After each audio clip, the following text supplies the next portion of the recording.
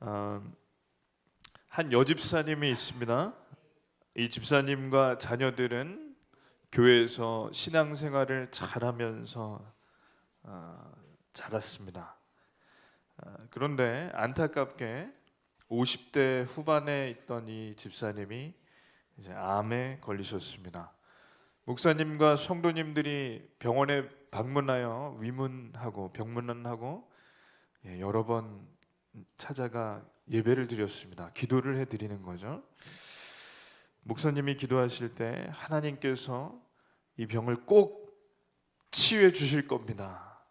그리고 아멘 하는 거예요. 그 병원에, 조용한 이 병원에 그 자녀들이 눈물로 아멘, 크게 아멘 하는 거죠.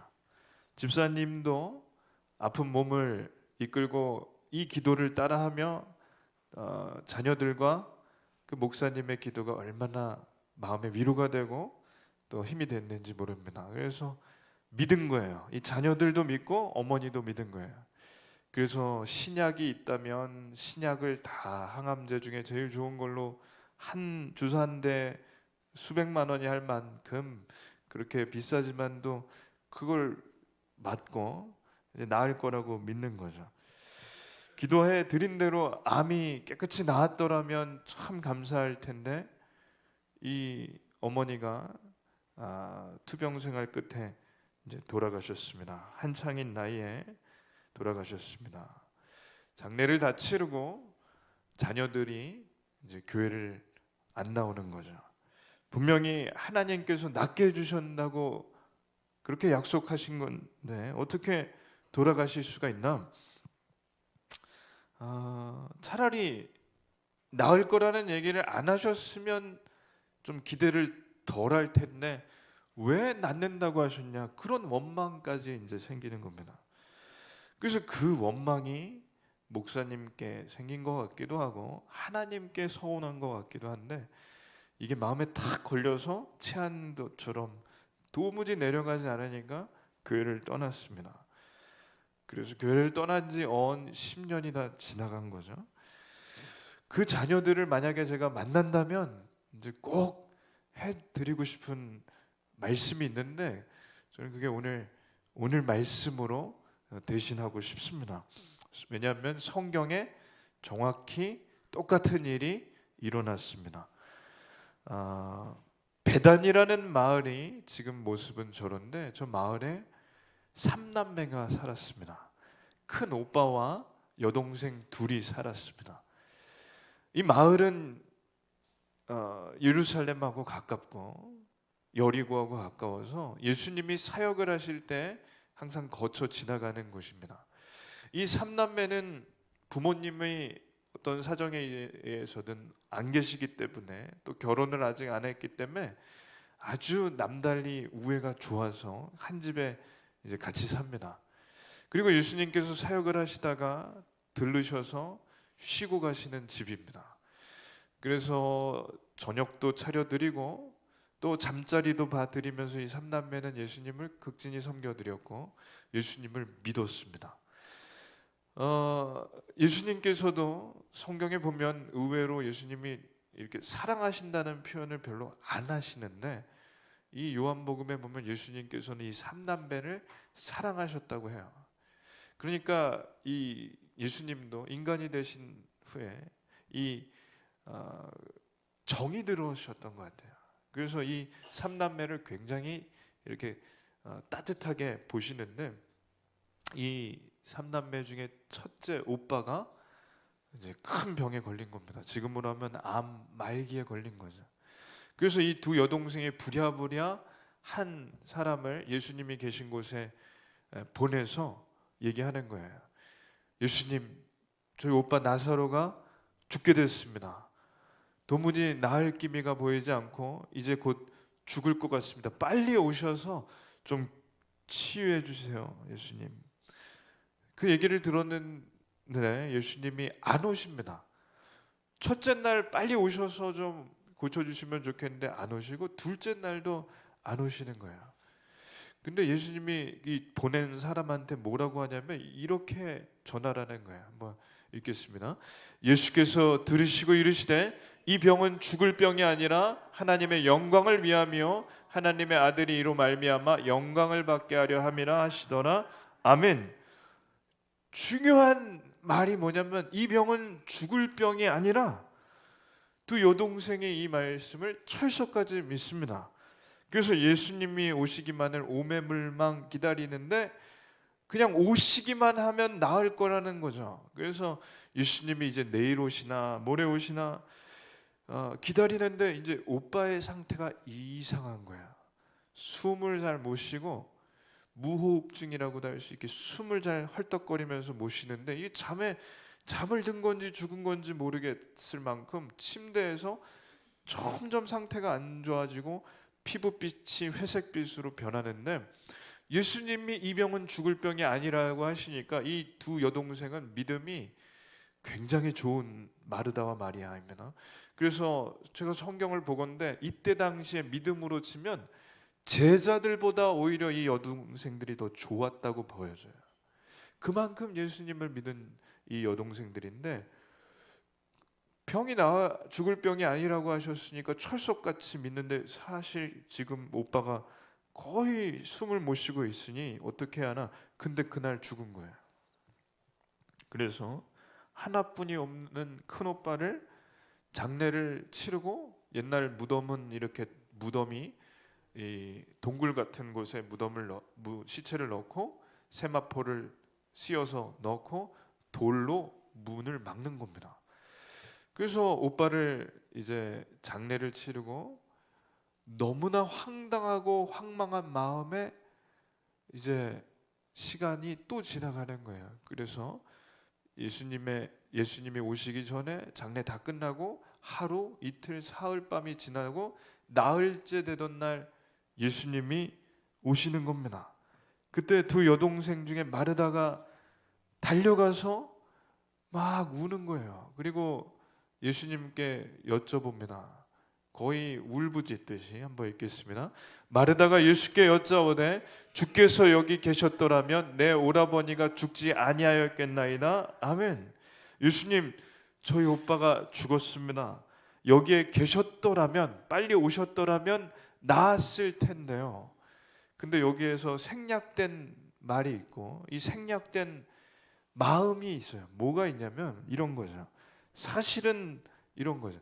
왜 안 오셨나요? 왜?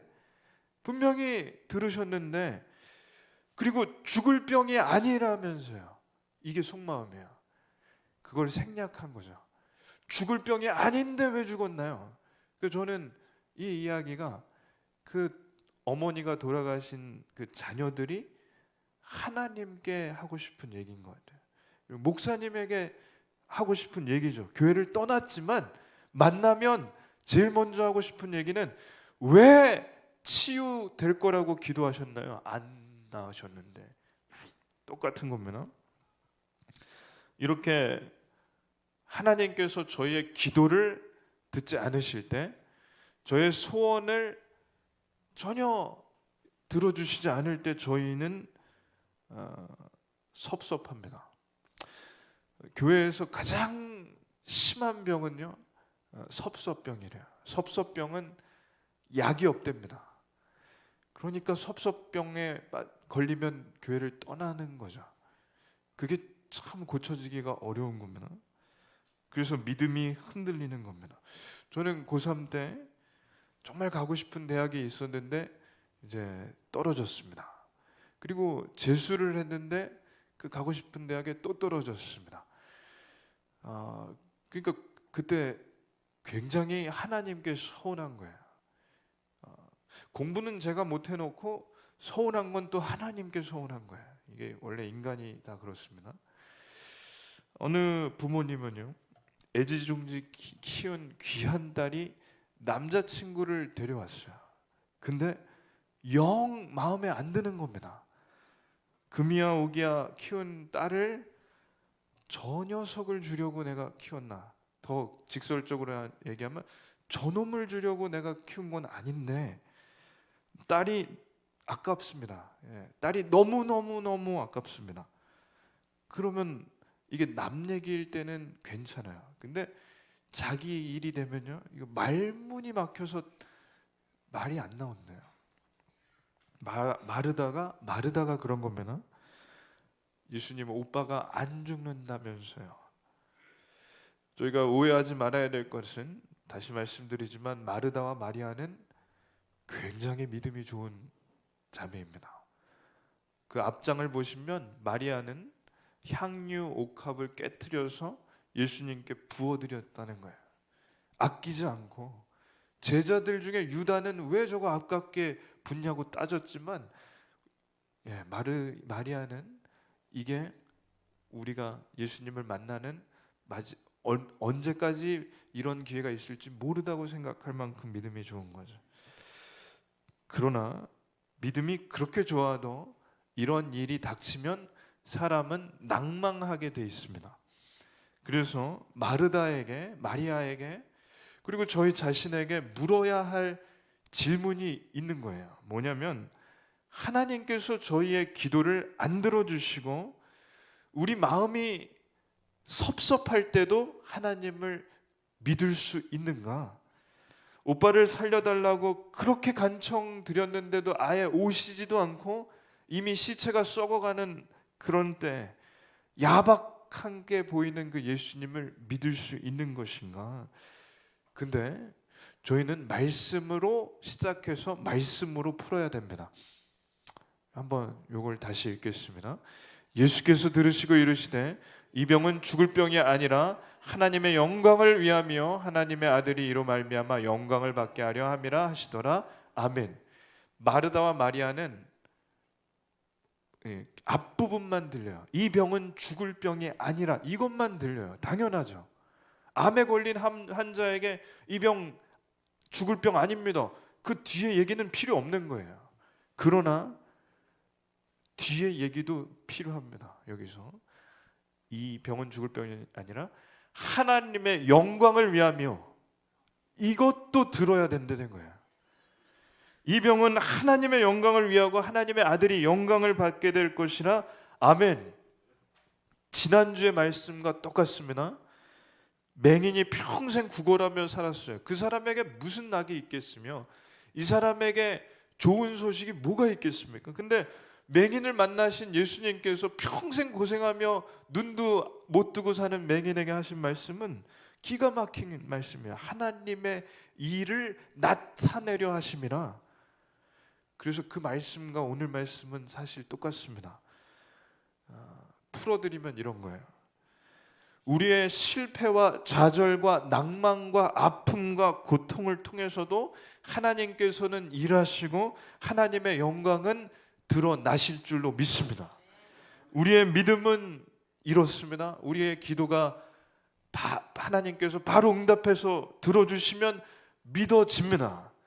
그래서 우리는 이렇게 생각을 하죠. 저희가 계획한 대로 우리의 시간표대로 하나님께서 따라와 주셔서 그때마다 필요한 걸 채워주시면 하나님을 정말 믿기 쉽고 좋습니다. 근데 제가 다른 목사님의 말씀을 통해서 정말 은혜 받은 건 뭐냐면, 우리의 시간표와 하나님의 시간표는 다르다는 거예요. 그래서 우리의 시간표대로 하나님을 따라오라고 하고 우리가 가면 하나님께서 하나하나 다 들어주시면 어떻게 되냐? 그게 재앙이 된다는 겁니다.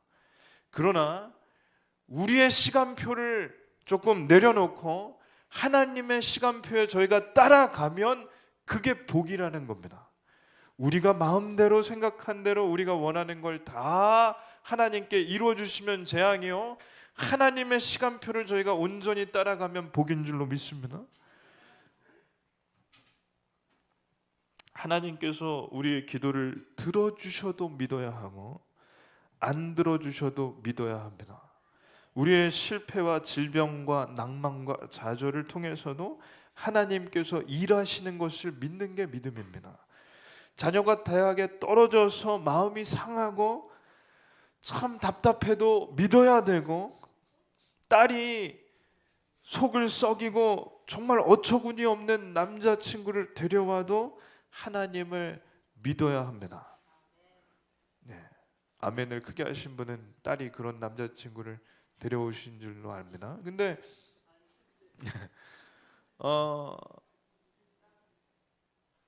이찬수 목사님이 이런 얘기를 하시더라고요. 자기 딸이 삼수를 했대요. 재수하고 삼수하고. 근데 성도들에게 이것이 알려지면 참 민망하고, 아니 우리 교회 목사님이 이렇게 자꾸 자녀가 잘 안 되니까 얼마나 이 얘기를 하기 싫은지, 참 이 얘기를 하면 다들 실망하지 않을까 굉장히 걱정을 하다가 하나님께서 주시는 마음이 있어서 딸이 삼수하게 됐다니까 표정들이 굉장히 좋아졌대요, 성도님들이. 그래서 이게 세상에 어떻게 저런 죄인들이 앞에 있나. 근데 그 표정이 좋아지신 분들은 딸이 또 아들이 삼수하거나 재수하는 집들이 그렇게 위로를 받더래요. 그래서 딸에게 넌 사수를 해야겠다, 뭐 그런 얘기를 했다는 거죠. 근데 그 딸이 재수하고 삼수할 때 아빠 입장에서 얼마나 마음이 무너지겠습니까? 근데 세상에 그 일을 통해서도 하나님께서 성도들을 위로해 주실 것은 생각도 못했는데, 그렇게 하나님이 일하시는 것을 보면서 하나님을 끝까지 믿어야겠다고 생각했답니다. 내 힘으로는 안 되는 그 딸을 통해 하나님께서 일하셔야 하나님의 일이 됩니다. 심지어 어머니가 암으로 돌아가신 일까지도 하나님을 믿어야 되는 이유가 됩니다. 왜냐하면 하나님의 시간표를 보면 이 자녀들은 1분 뒤에 어머니 옆으로 오는 거예요. 베드로 전후서에 보면 우리의 천년이 하늘에서는 하루와 같다고 하셨어요.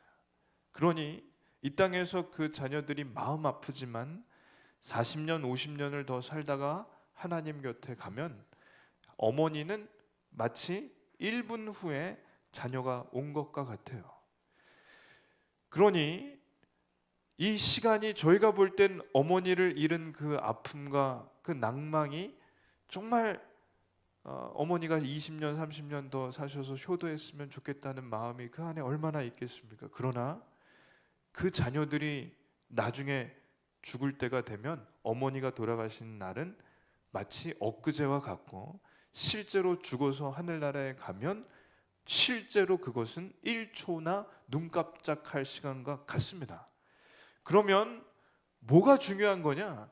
영원의 관점에서 보면 어머니가 아깝게 50대에 돌아가신 것이 땅에서는 너무 아깝지만 하늘에 올라가 영원한 시간에서 보면 그게 그거예요. 따닥 일어나는 일이죠. 그렇다면 어머니가 천국 가신 것이 중요합니다. 어머니가 천국 가신 것이면 이 자녀들은 하나님께서 일찍 부르신 것이 너무 마음에 안타깝지만 그럴 만한 이유가 있다고 믿고 끝까지 하나님 나라 갈 때까지 믿는 것이 하나님이 원하시는 일이죠. 저희는 하나님을 100% 이해할 수가 없습니다. 그러나 저희가 하나님을 믿는다고 한다면 조금 일찍 그 어머니를 부르신 데에도 이유가 하나님의 이유가 있다고 믿는 게 믿는 겁니다. 마르다와 마리아는 예수님에게 이렇게 말해 드리는 거예요. 예수님이 여기 계셨더라면 우리 오라버니가 나았을 것입니다. 사실은 이것도 굉장한 믿음입니다. 왜냐하면 예수님이 오시기만 해도 나을 거다. 근데 성경의 다른 본문들 다 보세요. 예수님이 맹인에게 너는, 그러니까 진흙을 이렇게 발라주시고 강물에 가서 씻기만 하면 나을 거라고 했을 때 그 맹인이 그대로 한 게 믿음이잖아요. 마찬가지로 이 마르다와 마리아는 똑같은 믿음이 있었던 거예요. 예수님이 계셨더라면 맹인이 나았듯이 저희 오빠도 나을 거라고 믿은 건 굉장한 믿음이죠. 근데 오빠가 죽었으니까 끝났다는 겁니다. 끝났다는 거예요. 오빠가 죽었으니까 끝났다는 거예요. 예수님이 그런 마르다에게 뭐라고 하시냐면, 저 우는 마르다에게 이렇게 말씀하세요. 다 같이 읽겠습니다. 예수께서 이르시되 내 오라비가 다시 살아나리라. 아멘. 마르다가 대답합니다. 마르다가 이르되 마지막 날 부활 때에는 다시 살아날 줄을 내가 아나이다. 예수님 압니다. 마지막 때에는, 부활하실 때에는, 마지막 날 그때는 우리 오빠가 살아날 것을 믿습니다. 다시 얘기하면 지금은 근데 안 되는 거잖아요. 마르다가 이르되 주여 죽은 지가 나흘이 되었음에 벌써 냄새가 나나이다. 이미 시체가 돼서 썩고 있는데 어떻게 살 수가 있습니까? 마르다는요, 믿는 게 정말 잘 믿었지만 죽은 오빠가 살 것은 꿈에도 못 꿨어요. 그러니까 저희가 이걸 어떻게 볼 수 있냐, 이렇게 볼 수 있습니다. 하나님은 없는 사람을 만드셨습니다. 근데 예수님이 하나님과 함께, 성령님과 함께 그때 만드셨다는 거예요. 그러면 아무것도 없는 이 세상에서 해와 달과 별과 우주를 만드시고 그 안에 지구를 만들어 주시고 태양을 만들어 주시고 그 안에 동식물을 만들어 주시고 에덴 동산을 만들어 주셔서 마지막 날 사람을 만들어 넣어 주신 분이 하나님이십니다. 같이 계신 분이 예수님이십니다. 없는 사람을 만드신 하나님께는 죽은 사람을 살리는 것은 아주 쉬운 일입니다. 그래서 예수님이 뭐라고 하시냐, 이렇게 말씀하시잖아요. 한번 읽겠습니다. 우리 친구 나사로가 잠들었도다. 그러나 내가 깨우러 가노라. 아멘.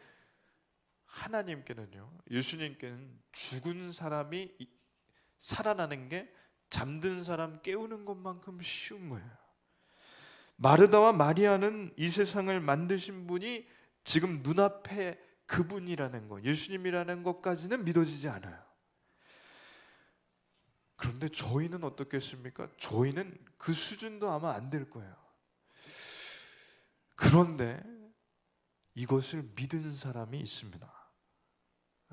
들어보셨나요? 아브라함은 하나님이 아들을 주시겠다는 약속을 하셨는데 10년, 20년이 지나도 아들이 안 생깁니다. 그 후손들이 아들을 낳고 그 후손들이 민족을 이룰 거라고 했는데 아들은 70대, 80대, 90이 돼도 안 생겨요. 그러다가 100세에 아들을 주시는데 그 아들의 이름이 이삭입니다.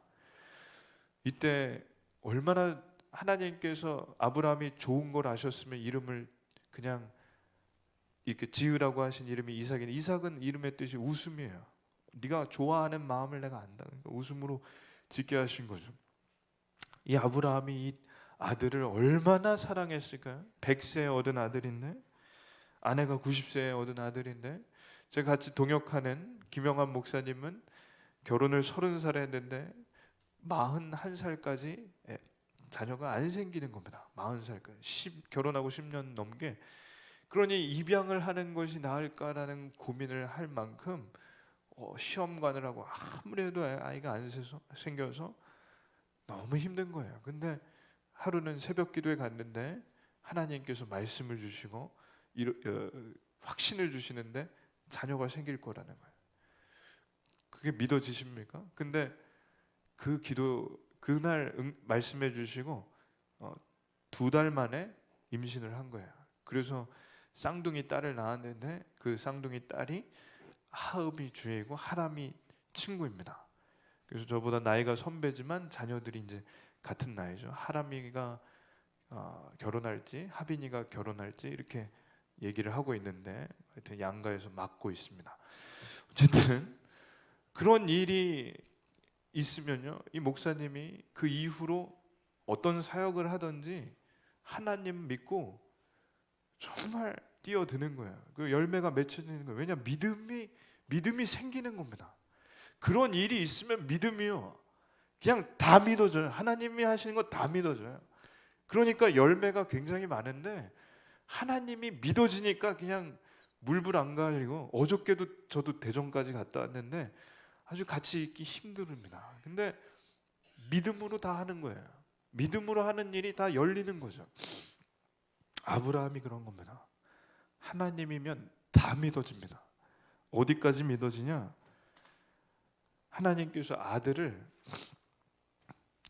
예배의 제물로 쓰라고 하시는데 아브라함이 얼마나 이게 힘들겠어요. 천하보다 귀한 애를 죽이라고 하시니 번제를 드리라고 하는데 번제는 이 배를 가르고 이 속에 있는 내장, 이 장기를 꺼낸 다음에 깨끗하게 해서 불 위에 올려놓고 다 태우는 거예요. 그래서 아브라함이 하인 둘과 이삭과 나귀 한 마리를 끌고 모레아산으로 3일 길을 가는데 이 3일 길은 참 의미가 깊은 게 예수님이 부활하신 것이 3일 후입니다. 이 아브라함도 아들을 데리고 갔는데 3일 동안 데려가는 거예요. 그래서 산 중턱에 가서 하인들 둘에게 말하는 겁니다. 뭐라고 하냐면 읽겠습니다. 이에 아브라함이 종들에게 이르되 너희는 나귀와 함께 여기서 기다리라. 내가 아이와 함께 저기 가서 예배하고 우리가 너희에게로 돌아오리라. 아멘. 이게요 그냥 지나치기 쉬울 수 있는 말씀인데 이 녹색으로 칠한 저 말씀은 굉장한 믿음의 말씀입니다. 뭐라는 거냐면 이런 거예요. 나귀와 함께 너희는 하인들에게 너희는 여기서 기다려라. 내가 아이 이삭과 함께 올라가서 예배하고, 이 예배가 뭐냐? 번제예요. 번제는 뭐냐? 가르고 칼로 피를 낸 다음 올려놓고, 원래 양을 그렇게 바치는데 이렇게 배를 갈아서 빼고 목 배에서 피를 다 빼고 올려놓은 다음 불을 다 태워서 언제까지 태우냐? 제가 남아나지 않을 때까지. 그러니까 이삭을 저렇게 해야 되는 거예요. 근데 내가 아이와 함께 가서 이렇게 예배를 드리고 우리가 돌아오리라. 우리는 누구인가요? 나와 이삭. 그러면 아브라함이 뭘 믿었나요? 하나님께서 제만 남은 이삭을 다시 살려주실 것을 믿었습니다. 이게 최초의 부활 신앙입니다. 아브라함의 믿음이 이런 거예요. 예수님께서 이 두 여동생과 제자들에게 가르쳐 주시고 싶은 믿음이 이 믿음입니다. 한번 읽겠습니다. 예수께서 이르시되 나는 부활이요 생명이니 나를 믿는 자는 죽어도 살겠고 무릇 살아서 나를 믿는 자는 영원히 죽지 아니하리니 이것을 내가 믿느냐? 아멘. 내가 부활이고 나는 생명이니 나를 믿는 자는 죽어도 살겠고, 그게 무슨 뜻이냐면 내가 하나님인데 나를, 하나님과 나를 다르다고 생각하는 게 아니라 나를 믿으면 죽어도 산다. 한마디로 믿음은 무엇이냐면 끝까지 믿는 게 믿음이라는 거예요. 끝까지 믿는 것이다. 구체적으로 제가 말씀드리면 두 가지라고 생각해요. 나는 부활이요 생명이다. 그러니 아브라함이 믿었던 것처럼 죽은 너희 오빠도 살려줄 수 있는 하나님과 나는 하나이다. 그러니 나를 끝까지 믿어라. 두 번째가 저는 아주 중요하다고 생각하는데, 오빠가 죽고 망했다고 생각하는 건 네 생각이고, 그러나 네 오빠가 죽은 일까지도 쓰겠다는 게 내 생각이다. 네 오빠가 죽어서 끝났고 망했다는 건 너 생각이고 나는 그 일을 쓰겠다. 그게 내 생각이다. 그래서 예수님이 나사로가 묵힌 무덤에 가시면, 그리고 제자들과 마르다와 마리아도 가면은 마르다와 마리아는 반신반의하는 거예요. 그리고 예수님이 들어가시니까 나흘이나 이제 지나서 썩은 냄새가 실제로 납니다. 예수님께서 무덤에 도착하셔서 제일 먼저 하신 말씀은 뭐냐면 돌을 치워라. 무덤을 막고 있는 돌을 치워라. 이 당시에 무덤은 아까 전에 말씀드렸듯이 동굴이고 그 앞을 돌로 막아놓습니다. 그러니까 이 돌은 장애물입니다. 장애물. 만약에 나사로가 살아나서 걸어 나올래도 돌이 막고 있으니까 못 나오는 거예요. 그러니 저희에게도 믿음을 막는 장애물이 있습니다. 그러면 장애물부터 일단 치우는 게 중요합니다. 그래서 예수님 말씀대로 돌을 치우고 예수님이 뭐라고 하시면 나사로야 나오너라. 한번 따라 하시겠습니다. 나사로야 나오너라. 아멘.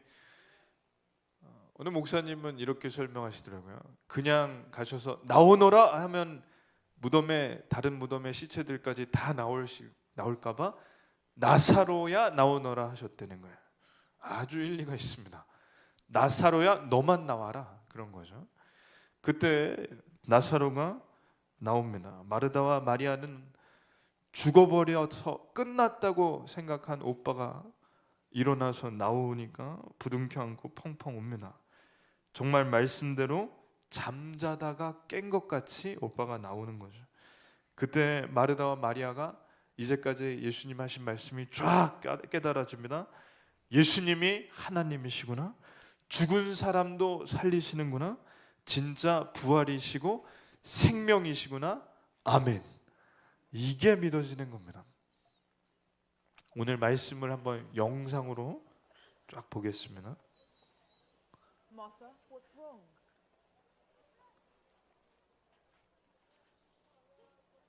My brother is dead. Show me the tomb.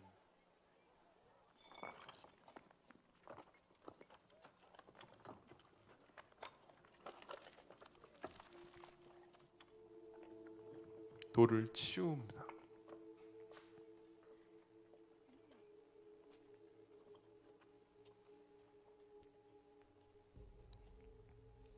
He's been there 4 days.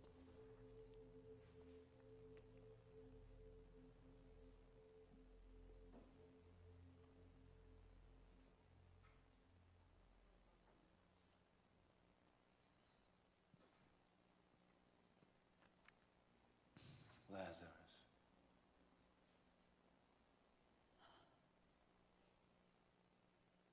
I am the resurrection and the life. Anyone who believes in me, even if he dies, he will still have life.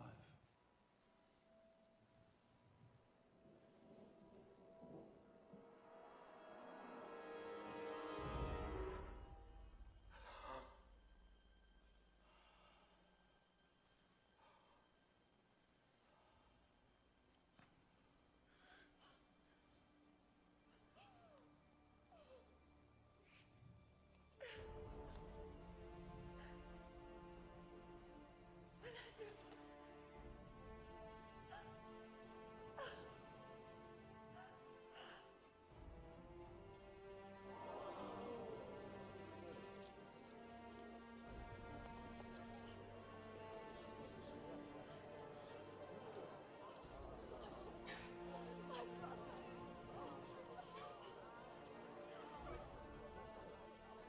Whoever believes in me shall never die. Believe in me, and you will see the glory of God. 아멘. 그래서 마르다와 마리아가 끝까지 예수님을 따라갔더니 하나님의 일을 보았습니다. 그리고 죽은 오빠가 살아나는 기적을 이제 맛봤습니다. 놀라운 것은 저희가 이것을 믿습니다. 저희가 무덤에 죽어서 무덤에 묻히던 화장을 해서 땅에 납골함에 담겨 있던 수목장을 해서 나무 밑에 뿌려지던 혹은 강물에 뿌려지던 예수님이 다시 이 땅에 오시면 저희는 살아납니다. 저희는 부활합니다. 그 뼈가루들이 모인다는 걸 믿으십니까? 그 뼈가루들이 모여서 다시 뼈가 되고 그 뼈 위에 핏줄이 올라오고 핏줄 위에 살까지 덮여서 지금 나사로가 생기를 불어넣어 주셨듯이 저희도 생기가 들어가 다시 살아나게 될 것을 저희는 에스겔 37장을 통해서도 보고 복음서에서도 이렇게 봅니다. 그래서 나사로처럼 다시 살아나서 새 하늘과 새 땅에서 삽니다. 그 새 하늘과 새 땅은 창세기에 나오는 에덴 동산의 회복이라고 볼 수 있고, 저희는 죽음이 없었던 처음으로 돌아가는 것을 믿는 겁니다. 이 나사로만 사는 것이면 저하고 상관이 없죠. 그러나 저희가 살아나니까 이것이 복음입니다. 저희가 이것을 믿습니다. 오늘 말씀을 보면 예수님을 따라다니는 마리아와 마르다가 다시 살아난 오빠를 만났습니다. 저는 이것이 저희가 마지막 날에 일어날 부활의 기쁜 소식이라고 믿고, 또한 지금 현실에 적용하자면 이렇게 생각합니다. 교회에 평생 나오지 않았던 남편이 평생 처음으로 저 문을 열고 들어오는 것과 같은 일입니다. 절대 일어나지 않을 것 같은 영혼이 맹인, 영적인 맹인인 남편이 저 문을 들고 이 자리에 들어와 얼떨결에 아멘을 하다가 믿음은 들으면서 나니까 믿음이 들어가고 나중에 차량 봉사하는 놀라운 일이, 저는 이것이 부활이라고 생각합니다.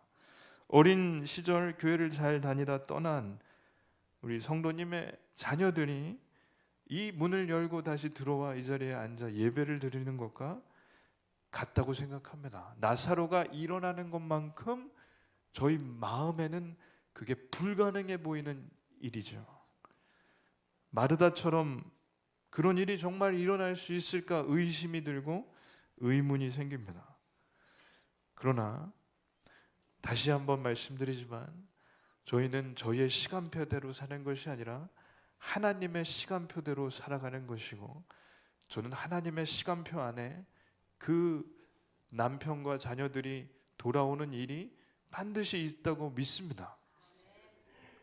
그래서 믿음은 끝까지 믿는 것입니다. 돌아가실 그날까지 믿는 것입니다. 제가 마무리하기 전에 말씀 하나 드리면, 제가 정말 좋아하는 대학 교수님이 신약을 가르친 그 페너 교수님이 은퇴하는 날, 은퇴하기 전에 수업을 하는데 이런 얘기를 하셔요. 자기 형이 24까지 정말 믿음이 좋았다가 교회를 떠났다고. 60년을 기도하는데 형님이 돌아오지 않았다고. 나는 은퇴를 한다고.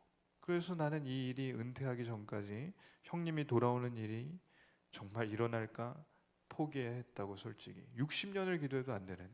근데 내가 은퇴하는 날 울면서 하시는 말씀이에요. 내가 은퇴하면서 내가 이 얘기를 너희들에게 해줄 수 있어서 너무 좋다고 하면 우는 게 뭐냐, 형님이 86살에 85살에 하나님께 돌아왔다고.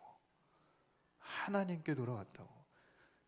그래서 그게 강의가 히브리서 강의인데, 히브리서의 주제가 뭐냐면 믿음은 끝까지 믿는 거라는 거예요. 내가 이 얘기가 히브리서에서 꼭 너희들에게 가르쳐 주시고 싶은 거예요. 그러고 그분이 은퇴하셨습니다. 이 자리에 계시는 분들 가운데 자녀나 남편이 60년째 안 돌아오시는 분이 있나요? 예. 60년 되면 꼭 돌아온다는 뜻은 아니지만 하나님의 시간표 안에 그 일은 반드시 있을 줄로 믿습니다. 한번 마지막으로 따라 하시겠습니다. 남편아 나오너라, 얘들아 나오너라, 아내야 나오너라. 이 일이 일어나실 줄을 믿습니다.